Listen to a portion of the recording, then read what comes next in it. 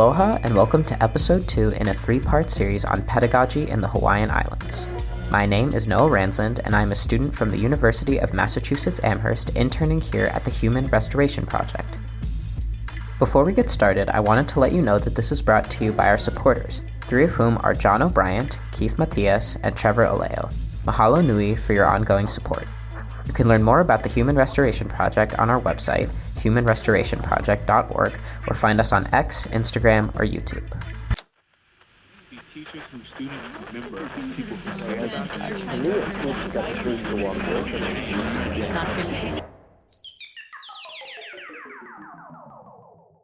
In this episode, we delve into the research of Dr. Stacy Potes and her place-based pedagogical framework for Hawaiian youth.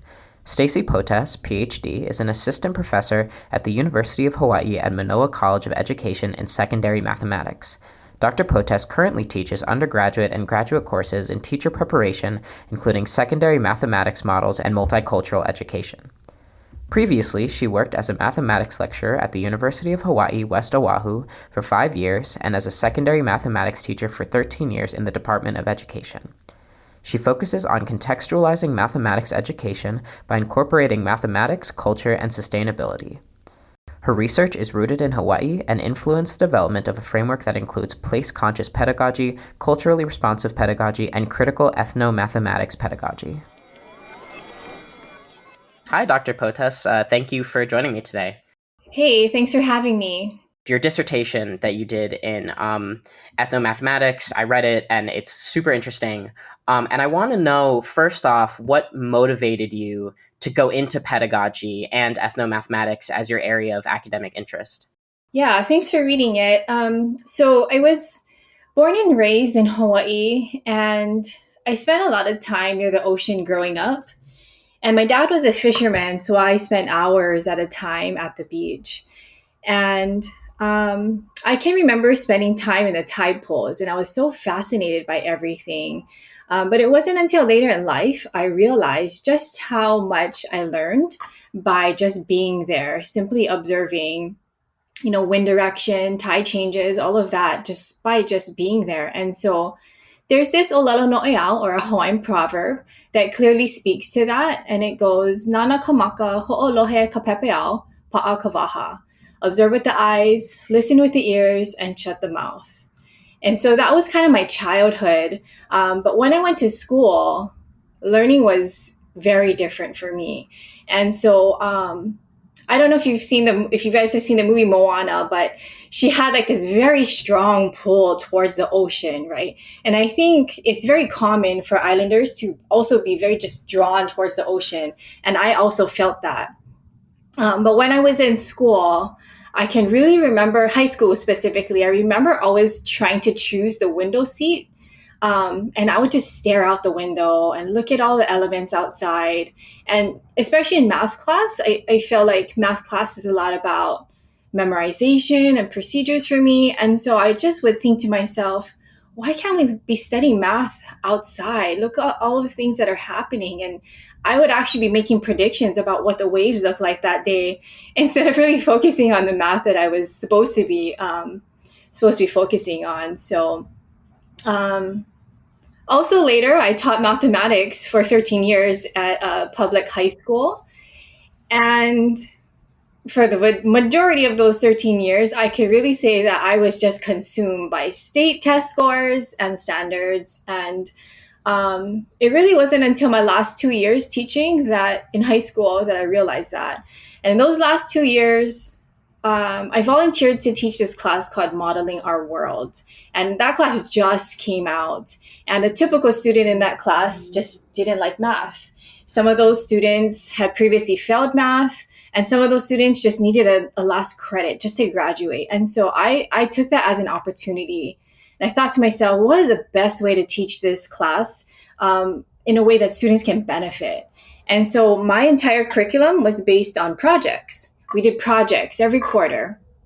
Projects like car loans, building a city, Shark Tank, designing, selling t-shirts. And I've never had so many students in my class during lunch and after school. And one student even came back the following year and she said, my car broke down. My mom took me to the dealership, and guess what? I brought my car loan project to the dealership, and I was completely just blown away. For me, this was learning, and this was the point of no return in terms of how I taught mathematics. And so as that was happening, that pull towards the ocean continued, sparked my interest in sustainability.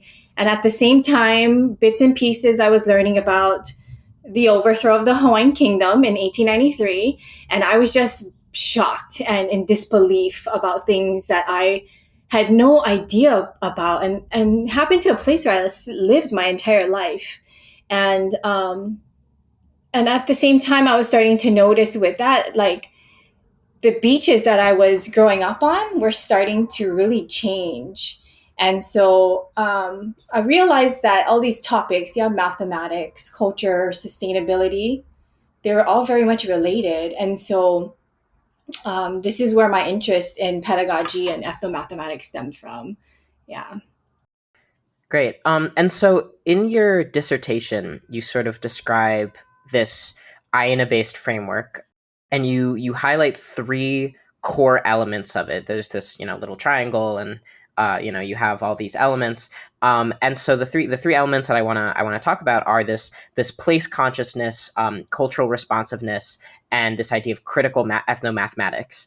And so could you describe what those are and explain how they sort of fit together into one cohesive framework? Right. Yeah. So if you could visualize what you're explaining kind of in a triangle, the three components are situated in like a lokahi symbol, in balance, in harmony, all trying to work together with each other. And the epistemology behind the framework is sort of based on three theories. So social cultural learning theory, cultural capital theory, and critical theory. And so really, like, what counts as knowledge in math education? It plays a central role in social cultural perspectives with roots in Vygotsky's theory of learning. And it's based on the idea that the learner's environment plays a pivotal role in his or her learning development. And in other words, learning is a social process. And then cultural capital theory, by Pierre Bourdieu, states that math is historically refined through social structures that privilege certain groups. And so learners engage in this activity with a habitus. And it's shaped by their socialization within the family, their home, and immediate environment. And this shapes the way they act and interpret their world. So consequently, academic success for students is in part shaped by where the habitus is aligned to the habitus that's expected in schools. And then lastly, critical theory, right? It draws from Paulo Freire's problem-posing pedagogy, where students develop the power to perceive critically the way they exist in the world. And that's opposed to depositing information into students and what he calls the banking education process. And so he also seeks to rehumanize education, where students become agents of curiosity, agents of change. And so the idea of these three kind of theories together developed the start of this framework. And so the three components within the framework are, there's Hawaiian phrases that I use to kind of name them. And there's pilina, kuleana, and pono. So pilina, we'll start with that component, right? And that's where place conscious pedagogy comes into play. And pilina is loosely defined as an association, relationship, a connection. And so in this particular framework, pilina refers to connection between teacher and student, connection with the environment, and connection to one's community. And so that's where place conscious education really comes into play, where students get to explore the place where their school is situated and get to understand the places that each of them come from, and really get engaged with that and bring it into the classroom. And so they develop this sense of belonging and sense of Hawaii while they're in that process, right? And then that leads to the second component, which is kuleana. And kuleana is speaking of like values, responsibility. And once students gain that connection through that pilina component, they can start to understand the values and responsibilities that they hold. But they can't get there yet if they're not yet connected, right? And so this is where culturally responsive education comes from. Really trying to, you really can't talk about place, I think, without talking about culture, because they go hand in hand with each other.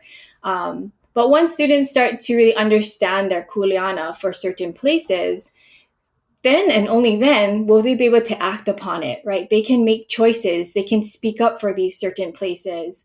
And so that's where the last component, pono, comes into play. And pono is a very vast, there's a very large definition, but really it's like righteousness, uprightness, moral, correct, right? And so maintaining balance with these relationships and connections built on values, responsibility, connection requires living with that conscious decision to do right. So that's where critical ethnomathematics comes into play, where once they go through all of this, they're learning mathematics, they begin to see it as a tool. Now, how can I use this math to really contribute to the community where I'm from, make contributions to any kind of issues that are going on within the world?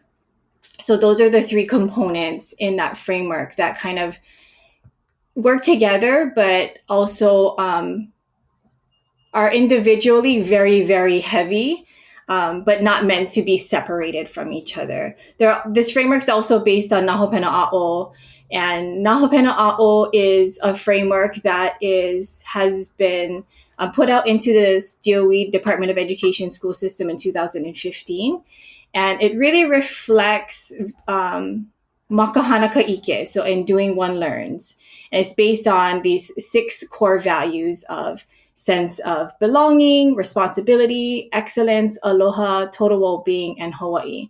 And so all of that kind of working in collaboration with the framework is what is intended behind the framework. It's interesting to me that you use the term tool to describe math. So a little bit about me. I'm actually a math major, and I definitely have sort of developed in this, I think, maybe more Western-centered idea of what mathematics is, but particularly from the perspective of viewing math as something valuable in and of itself, like philosophy, viewing math more from like a philosophical framework than from a tool-based framework or a usefulness.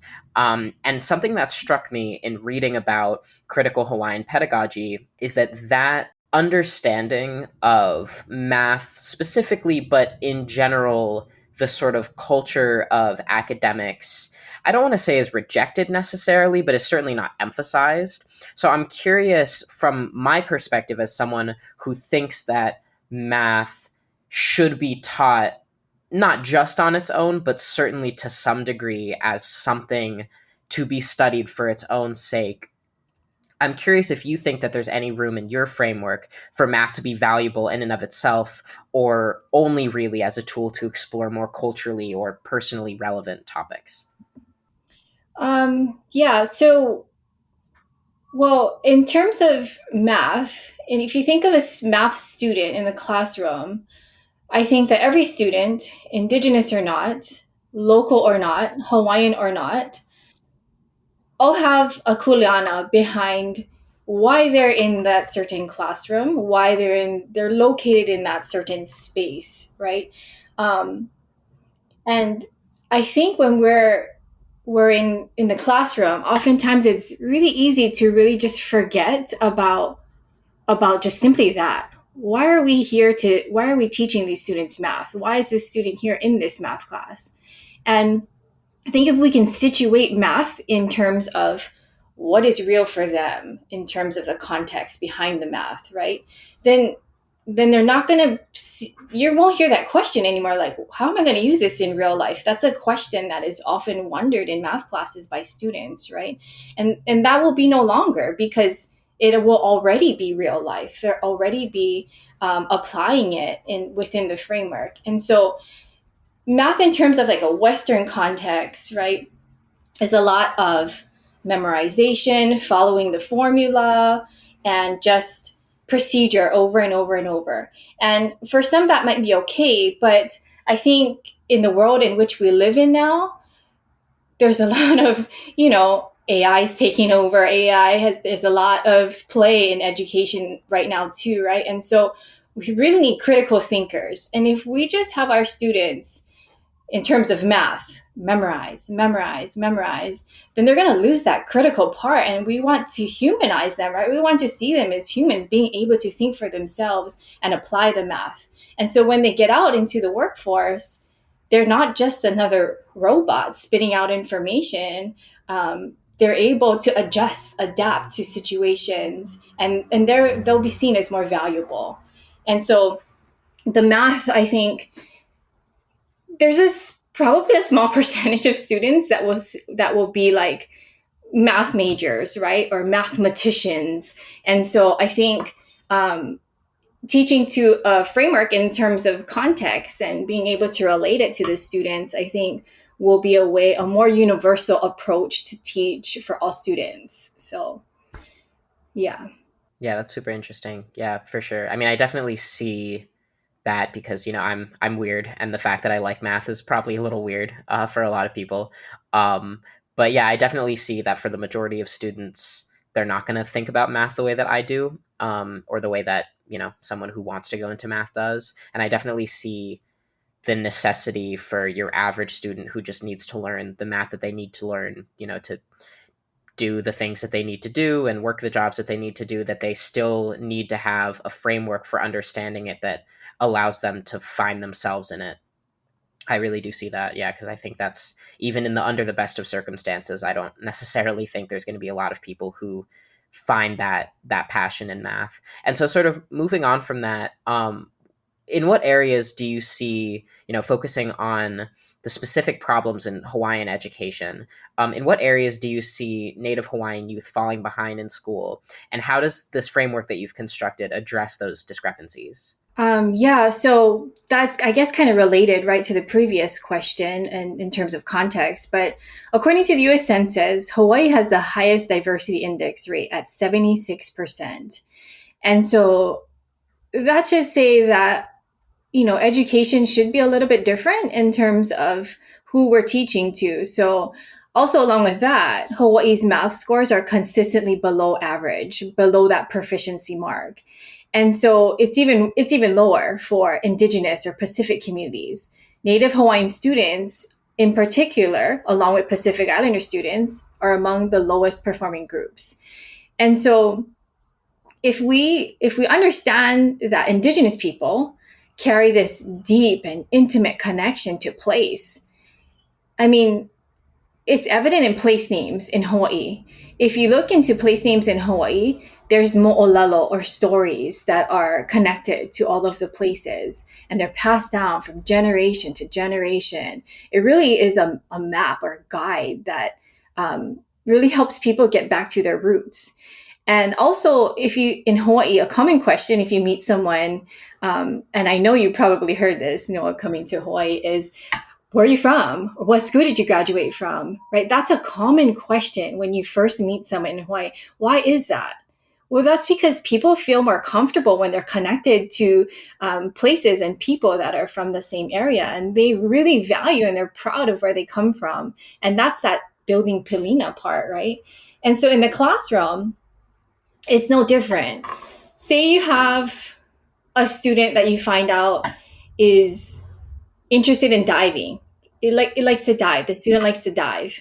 If you ask a student who likes to dive about that, you would be blown away at the amount of knowledge that can come from these students. And so I think inviting that knowledge into the classroom takes away all of the anxiety in a math class and the stigma that I'm no good at math. I'm just not a math person, right? All of those negative identities that's associated with math can kind of be broken down a little bit because students now have a voice in the class. Students can now participate in the mathematical discussions. They have something to contribute because there's a lot of math. If you think about diving, there's a lot of math in all of these students' interest. And so it's putting math into that cultural context that allows all students to participate, right? All the voices to be valued in the classroom. So I think the framework does just that. It helps those students to intersect their knowledge that they have already with new mathematical knowledge and then put it together into action. And so when math becomes more contextualized, they're more engaged, they're more invested, and they realize how much they can really do in math. And I think, those issues, those problems with test scores and being below the proficiency mark, I think if we kind of focus more on the student, then those scores will come in terms of math. Yeah. Do you think that this framework and this connection, you talk a little bit about standardized testing, and I think in general, there's potentially value in that, but I think that in general, I and a lot of other people interested in progressive pedagogy would argue that and especially in a context like Hawaii, where there is such a deep rooted history of subjugation, do you think that your framework points to and necessitates more fundamental structural changes in how education is done in Hawaii? I hope so. I really do hope so, in terms of like how Hawaii is constantly, I think, going through struggles with land use, water use, and um, students are constantly battling outside of school as well with a lot of social emotional issues. And I think that um, this framework will help that and will help to kind of give them that opportunity to look at their education a little bit in terms of a different light, and to see that it is something that they'll be able to use outside of the classroom. And um, a lot of the issues that are going on around them are very much related and very much something that they don't have to have a hands-on approach to, right? They can place themselves in it, and they can in fact contribute to what's going on. Awesome. I think that answered your question. I'm not sure. Yeah, no, definitely. And I'm curious, have you seen or have you started to like do any work yet on implementing this framework in schools in Hawaii or otherwise? Yeah, so actually, I did a study on undergraduate students. There's 126 undergraduate students, and I tested academic achievement and student motivation. And so, implementing this framework, what I found was that at the end, the average math score or the average grade was an 89.9% with a standard deviation of 10.16. And so that's great, right? That's huge.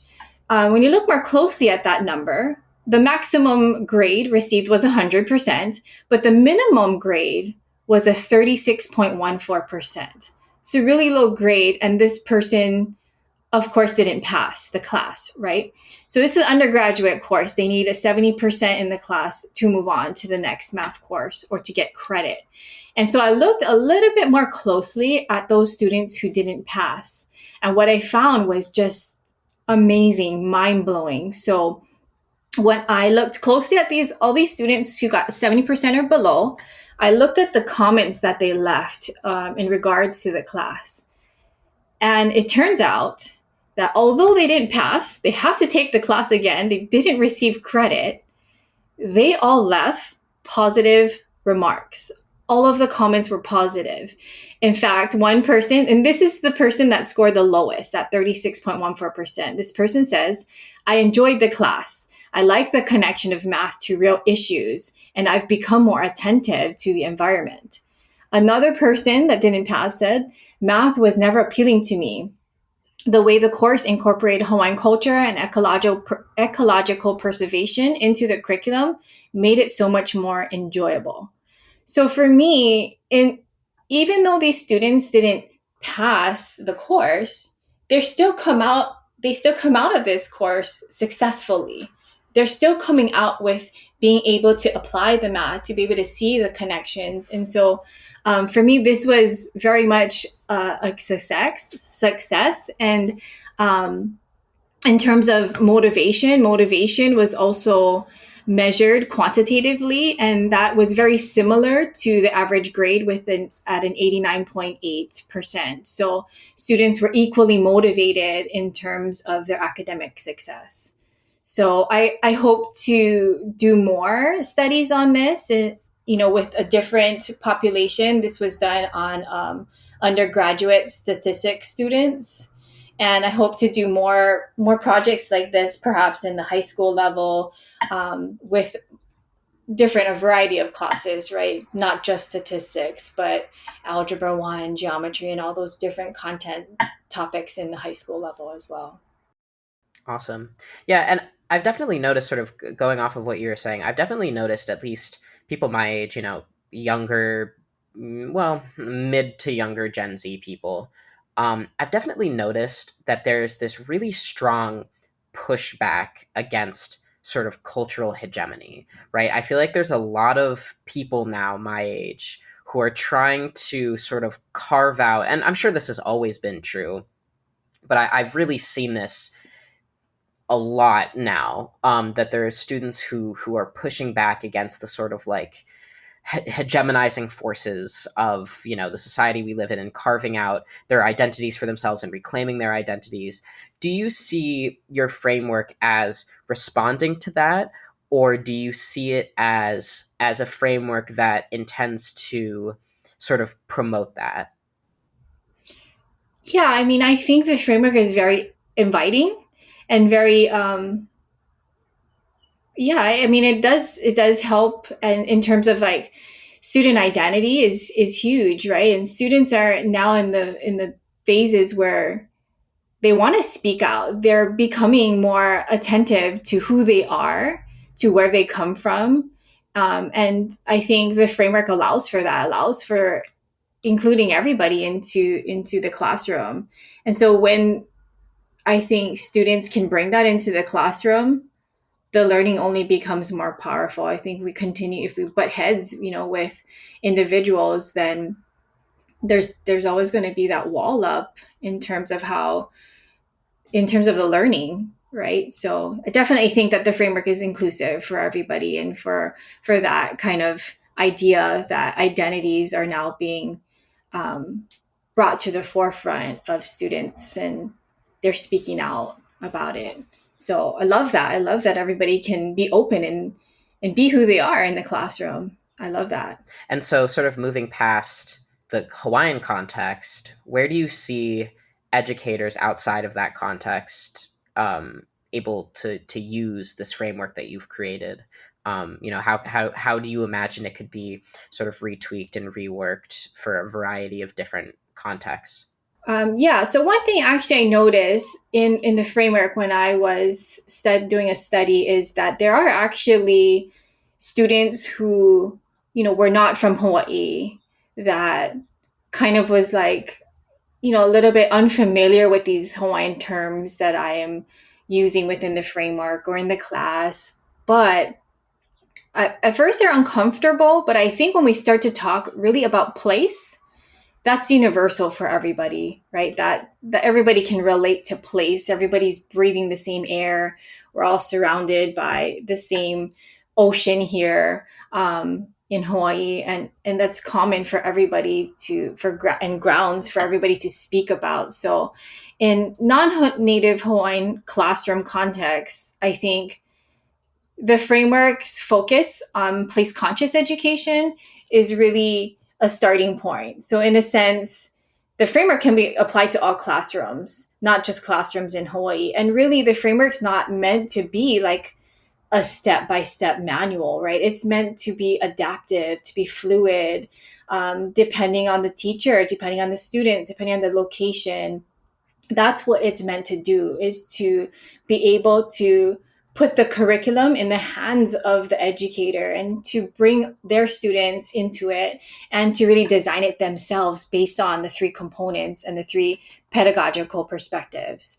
And so the ultimate goal, I think, of the framework is to not put an emphasis on scores, right? I really don't see academic achievement in terms of scores and grades, but really fostering critical thinking, providing tools for students to be able to see and support their communities, no matter where they are, really just to be stewards in those aspects, in those places that they come from. And so I think in non-native Hawaiian classrooms, or the framework is meant to adapt to that, is meant to take a hold of this particular place that the educator is in, and explore that. Yeah.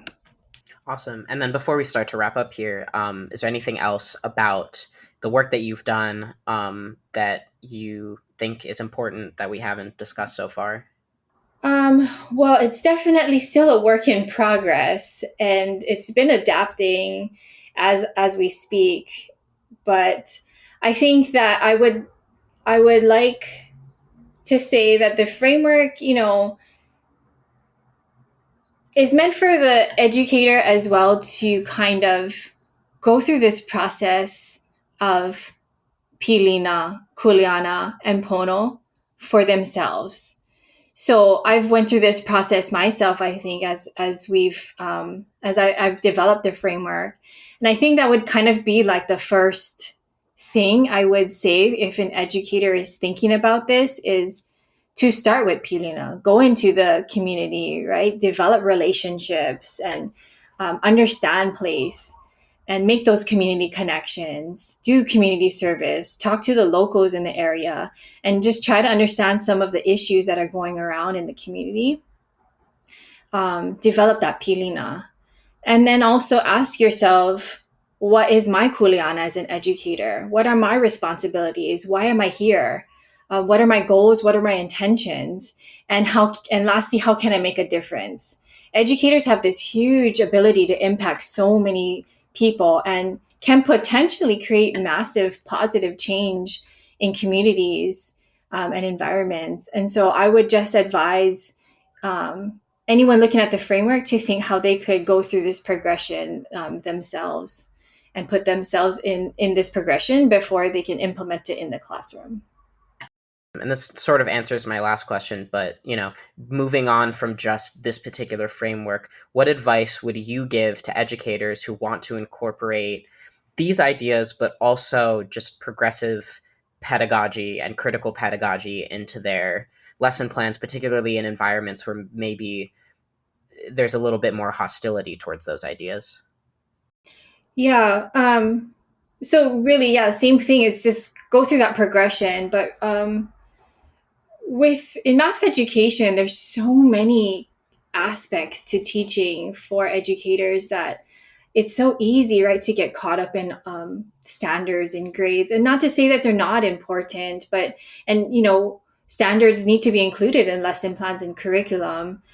But I would say to start with the student, meet the students where they are, really think of the student first, and how can you get their voice? How can you understand them a little bit more before we start to insert all of these standards into our practice? Really focus on the student, I think, is huge, and at the heart of education is focusing on the student. Awesome. All right. Well, thank you so much for talking to me. It was great having you. Thanks, Noah. Thank you again for listening to our podcast at Human Restoration Project. I hope this conversation leaves you inspired and ready to start making change. If you enjoyed listening, please consider leaving us a review on your favorite podcast player. Plus, find a whole host of free resources, writings, and other podcasts all for free on our website, humanrestorationproject.org. Thank you.